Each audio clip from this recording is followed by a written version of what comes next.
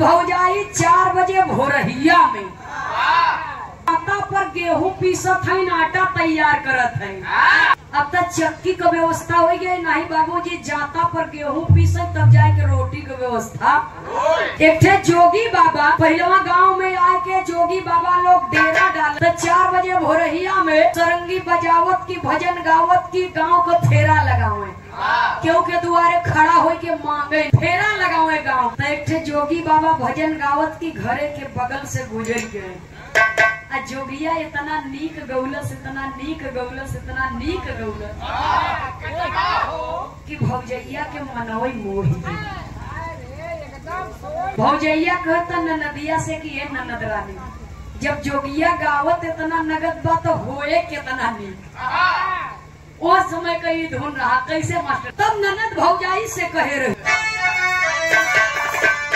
सरंगिया वाले का सरंगिया वाले का डेरावा,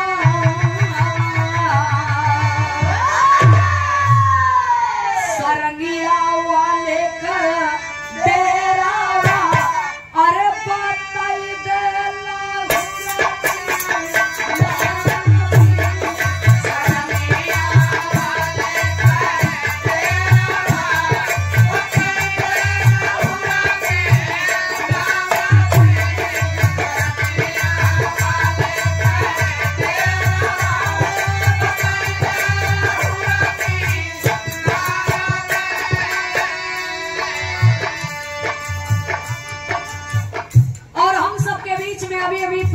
किए हैं। परम आदरणीय ब्रह्म श्रद्धे समाज के आन बान शान बड़े भैया श्री डब्बू यादव जी, ब्लॉक प्रमुख बहादुरपुर। एक बार जोरदार तालियों से बड़े भैया जी का सम्मान हो जाए।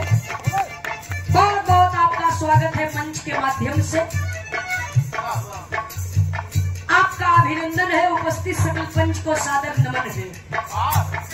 इतना तरस कलाई वाले के गाना में कवि जी कितना सुंदर भाव लिखते। सैया के आई है धावाना,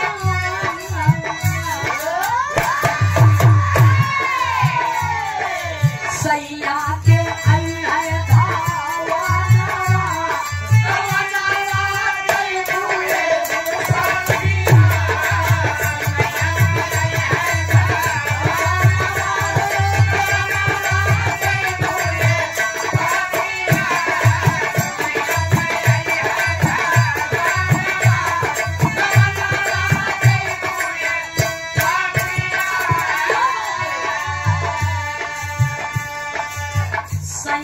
के आई है धवनवा गवनवा जैबू। कौन सैया ई मत सोचा कि खाली मेहर रुए के सैया होती। आत्मा रूपी दुल्हन परमात्मा रूपी दुल्हा, जीव हो जंतु हो पशु हो पक्षी हो स्त्री हो पुरुष हो कोई भी हो, इस पृथ्वी पर जीवित है तो उसके हृदय में उसके शरीर में आत्मा है और निश्चित तौर से एक दिन उस आत्मा रूपी दुल्हन को परमात्मा रूपी पिया के घर जाना ही पड़ेगा।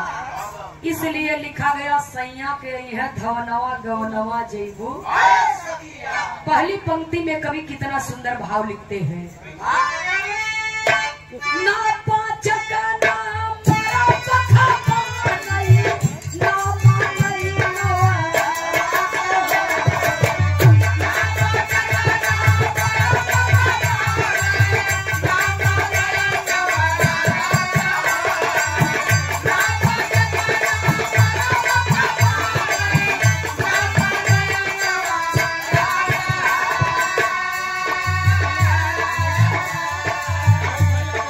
लगी है ना ये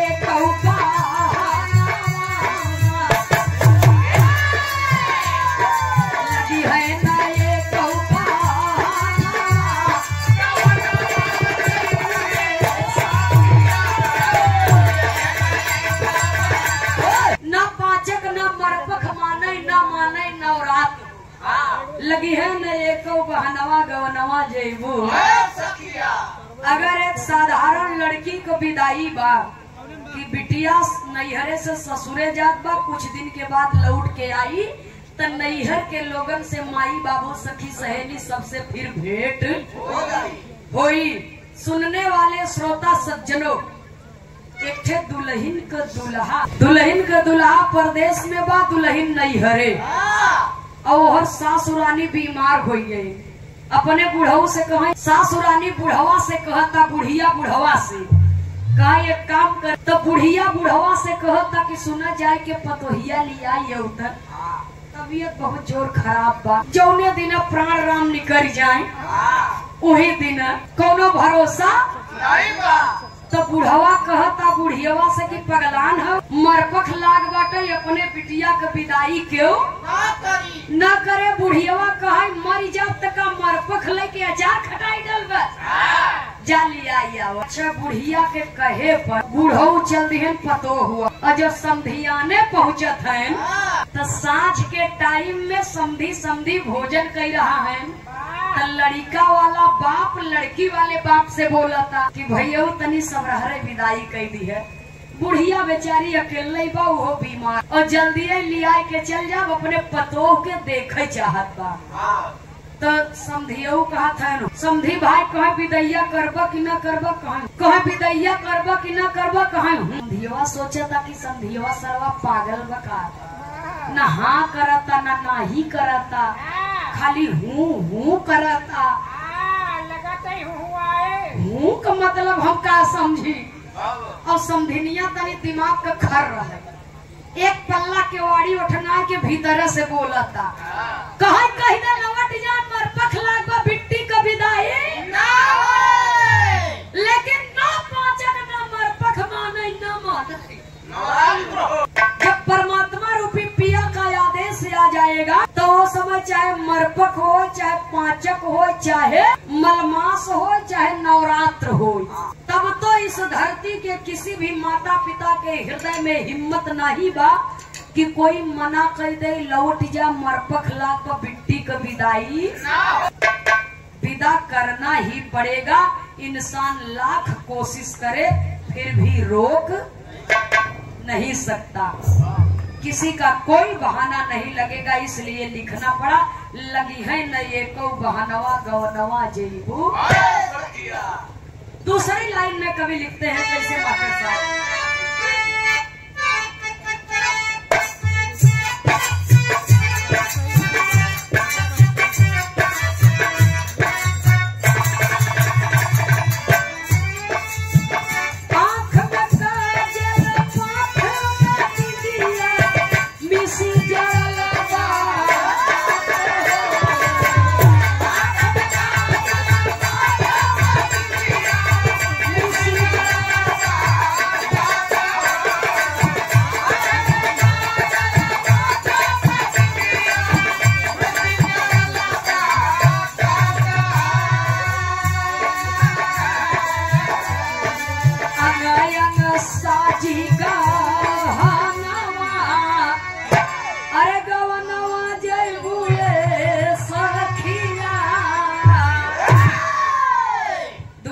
विदाई हो तो बाबूजी 16 श्रृंगार 32 अभिरन लाल जोड़ा में सजाई की, लेकिन जब आत्मा रूपी दुल्हन के विदाई होत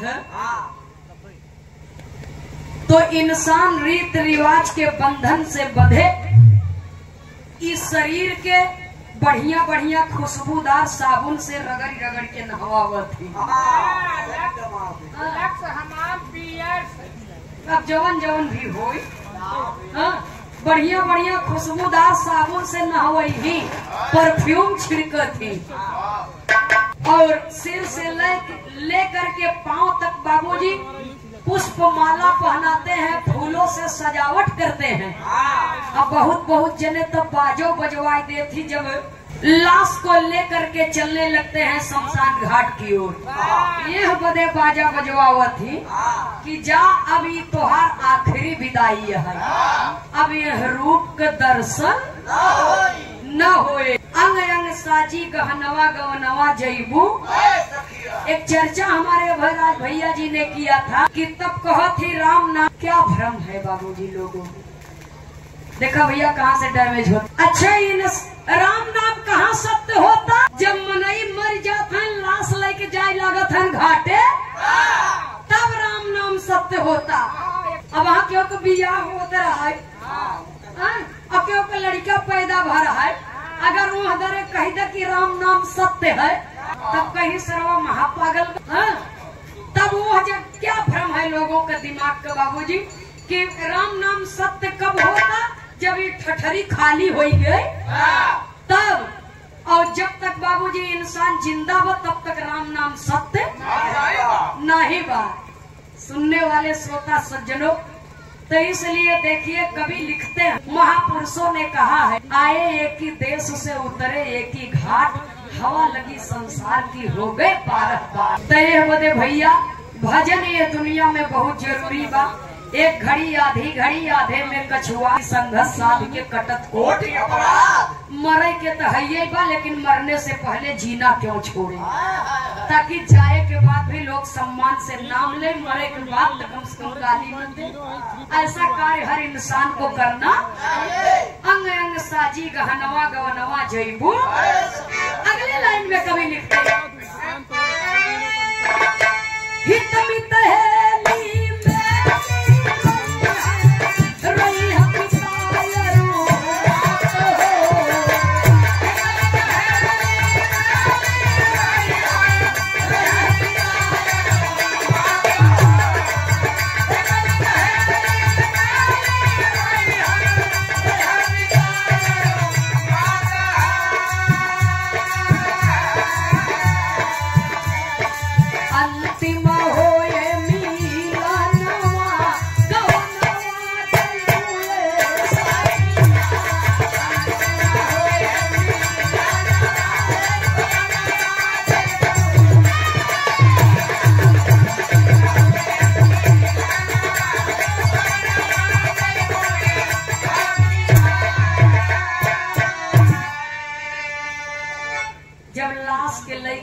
चले लागे थे बाबूजी शमशान घाट की तरफ तो घर के लोग जब रोते हैं तो सबके रोउत देख के जियरा कहते हैं। लोग कहती मर गए जीव निकल गए लेकिन जियरा सबके रोवत देख के वो रोवत है इसलिए कि लगाव है न। इतना दिन वो ठठरी में रह के दुख सुख सहे बा। पुराना कपड़ा रिटायर भले हो गए नवा पहिर लिए लेकिन अगर भूले भटके ऊपर नजर पड़ गई दिखाई गए तो जाए इतना दिन इहो के परे है। एक जमाना रहा कि इहो इज्जत ढाके हमार। तो सुनने वाले श्रोता सज्जनों नवा भले पहिरे हैं लेकिन पुरनके पर ध्यान चला जाते कबहू न कबहू। तो वैसे ही जीव होते जब शरीर छोड़ देते और लोग लाश को लेकर जाने लगते हैं घर के लोग जब रोने लगते हैं तब जियरा कहते हैं जात है अकेल संग जवार क्यों नाही हम तरह सबके हमार क्यों घरवा दुआर बनवा सगरी जमीनिया हो गई विदाई पूरी हो गई उड़ी चला सुगना रखवार क्यों नाही हम तरह सबके हमार क्यों। जीवन की कड़वी सच्चाई है बाबू। इंसान इस दुनिया में पैदा हुआ है लड़कपन बीता है जवानी आएगी जवानी बीती है तो वृद्धावस्था आएगी और एक दिन इंसान को ये दुनिया छोड़ करके जाना है। आज जे बाबूजी को तेरही में तेरही खाई आई बा चाहे नंदनी हो चाहे संसार का कोई हो बाबूजी एक दिन टाइम आए तो वो के नाम से तेरही भंडारा हो के बाद कोई चीज बंद नहीं होगी कम हो सकत है लेकिन समाप्त। आखिरी और अंतिम प्रमाण में कवि को संकेत करना पड़ा 2 दिन का जीवन है 2 दिन का मेला आना अकेला और जाना अकेला ऐसन बनल बाटे इतिहास सब छोड़ के यही गामा बाबू चली गई स्वर्गवास सब छोड़ के यही। गुरु घराने के पर्चे के साथ में कवि को लिखना है सीताराम हित गुरु